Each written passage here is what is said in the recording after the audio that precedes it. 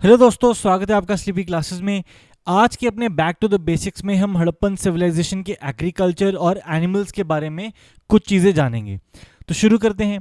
Agriculture के बारे में अब क्या है जानने लायक। सबसे पहले तो द कंसंट्रेशन ऑफ पॉपुलेशन, कि जितनी तादाद में शहरों में गांव में लोग हड़प्पन सिविलाइजेशन के टाइम पे रह रहे थे, उतनी पॉपुलेशन इंडियन सब कॉन्टिनेंट में उससे पहले कभी नहीं देखी गई थी। तो एग्रीकल्चर भी उतने लोगों को सपोर्ट करने के लिए चाहिए। तो कैसे किया होगा? तो सबसे पहले तो इंडस रिवर फ्लड प्लेन्स की जो एक्सप्लॉयटेशन है, जो यूज है, साथ ही साथ द यूजेज ऑफ प्लाव, जो अर्ली हड़प्पन टाइम से जुड़ा हुआ हमें कालीबंगन में जिसके एविडेंस मिले हैं, ये दोनों चीज़ें बिकम वेरी वेरी इंपॉर्टेंट, क्योंकि ये हमें हड़प्पन सिविलाइजेशन के एग्रीकल्चर के बारे में इंफॉर्मेशन थ्रो करती हैं। तो इंडस जो है वो अपने मिनिमम पे होता है ड्यूरिंग विंटर मंथ्स, और उसके बाद स्टेडीली बढ़ने लगता है थ्रू आउट द स्प्रिंग और अर्ली समर। तो राइट, इंडस अपने मिनिमम से मैक्सिमम पे जा रहा है, और जो मिड समर टाइम पीरियड है तब अपने मैक्सिमम पे पहुंचता है और फिर सबसाइड करना शुरू कर देता है। तो ये जो इंडस रिवर है, इसकी इसको हमने यूटिलाइज करना है ताकि उतना एग्रीकल्चर कर सकें, एग्रीकल्चर यील्ड हो कि पॉपुलेशन को सपोर्ट किया जा सके।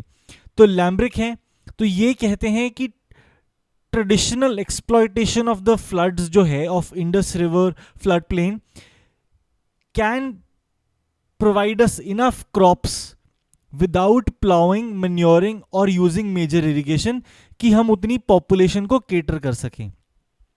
तो आपको रिवर के जो फ्लडिंग है, एनुअल फ्लडिंग है रिवर की, उसको यूटिलाइज करना है। राइट? कैसे? रिवर जो फ्लड होगा उसके बाद जो सिल्ट लेके आएगा, उस सिल्ट को यूज करेंगे आप क्रॉप्स ग्रो करने के लिए, और एनुअली जो फ्लड्स आएंगी वो न्यूट्रिएंट्स लेके आएंगी अपने एग्रीकल्चर के लिए। तो रिवर के फ्लडिंग के बाद जो सिल्ट और न्यूट्रिएंट्स, वो दोनों यूज करेंगे हम for the agriculture of the Harappan civilisation. तो मेन सीरियल्स जो हैं, जो हमने ग्रो करने हैं, वो ग्रो होंगे उस लैंड पे जो रिसेंटली इमर्ज हुआ है from flooding. Right? And crop harvest जो होगी वो मार्च अप्रैल में होगी। राइट? और बाकी जो मेन क्रॉप्स नहीं है, जो अदर क्रॉप्स हैं, वो बिगिनिंग ऑफ द फ्लड्स पे हम कल्टिवेट करेंगे ताकि उनको जो नेसेसरी वाटर है वो मिल सके for growing and harvesting in the autumn. तो ये उनके एग्रीकल्चर प्रोसेस के बारे में हमारे अंदाजे हैं, हमारी अंडरस्टैंडिंग है। क्या क्या ग्रो करते थे? वीट सैंपल्स हमें मिले हैं इंडस सिटी से, बिलोंगिंग टू, ये इनका साइंटिफिक नेम है, commonly known as Indian dwarf और कॉमन वीट। तो दो टाइप की वीट वैरायटीज मिली हैं। बार्ले के एविडेंसेस मिले हैं, राइस के एविडेंस मिले हैं लोथल में, गुजरात में, बट वाइल्ड टाइप था या कल्टीवेटेड था ये अभी तक क्लियर नहीं है। The jury is still out. Right? Then इसके अलावा डेट्स के एविडेंस मिले हैं, melons, sesame, field peas, mustard, lentils, linseed, इन सब के एविडेंस भी हमें मिले हैं। देन कॉटन के एविडेंस भी मिले हैं, कॉटन कल्टीवेट की जाती थी and was used for textiles. तो ये कहानी है agriculture in the Harappan civilization. Then animals, a number of domesticated animal species हमें मिले हैं, इनके एविडेंस मिले हैं। देन किसके मिले हैं? इंडियन हम्प्ड कैटल के मिले हैं, बफलो के मिले हैं, बट क्योंकि कम कॉमन है तो ऐसा मानते हैं कि शायद वाइल्ड बफलो ही होगी। Then sheep, goats, Indian pig, camel, ass, domestic fowl के भी बोन्स मिले हैं, और उनके जो स्केलेटन्स मिले हैं उनसे यही अंदाजा लगाते हैं कि probably they were also domesticated from the jungles. Then cat और डॉग दोनों डोमेस्टिकेटेड थे, एविडेंस मिले हैं। Then elephant, probably not a domesticated species but indeed present, क्योंकि हमें सील्स पे भी एविडेंसेस मिले हैं।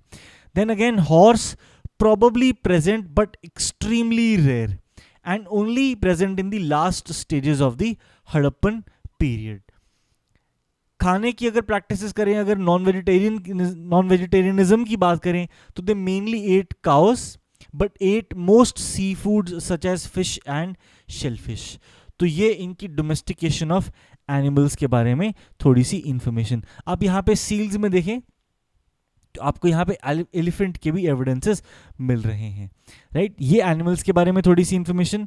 बहुत क्विक एक छोटा सा बेसिक कॉन्सेप्ट हड़प्पन से जुड़ा हुआ यहीं ख़त्म होता है. मिलेंगे आपसे नेक्स्ट वीक के 2 मिनट बैक टू बेसिक्स में. सॉरी, तब तक के लिए thank you. But before finishing आपको अपने 2021 के कोर्स की टाइमलाइन बता दें. 18th May the orientation lectures have begun. 25th May the PCM course has started. 12th July 2020 को हम शुरू कर देंगे अपना प्रीलिम टेस्ट सीरीज जो है, फोर्टनाइटली टेस्ट होते हैं. देन 23rd September 2020 को हम शुरू कर देंगे daily mains answer writing. These two things will actually determine कि आप परफॉर्म कैसे करते हैं. आप कंटेंट पढ़ सकते हैं, बहुत सोर्सेज से पढ़ सकते हैं, बट ये आपको प्रिपेयर करते हैं to be able to perform, right. ये प्रैक्टिस है. आप यहाँ पे अच्छा करेंगे तो आप एग्जाम में अच्छा करेंगे. देन 22 फरवरी 2021 को हम अपना 2021 के एग्जाम के लिए क्रैश कोर्स भी शुरू कर देंगे, राइट. तो ये टाइमलाइन है हमारे 2021 के कोर्स की. आज के लेक्चर में इतना ही. मिलेंगे नेक्स्ट वीक के बैक टू द बेसिक्स में. तब तक के लिए थैंक यू.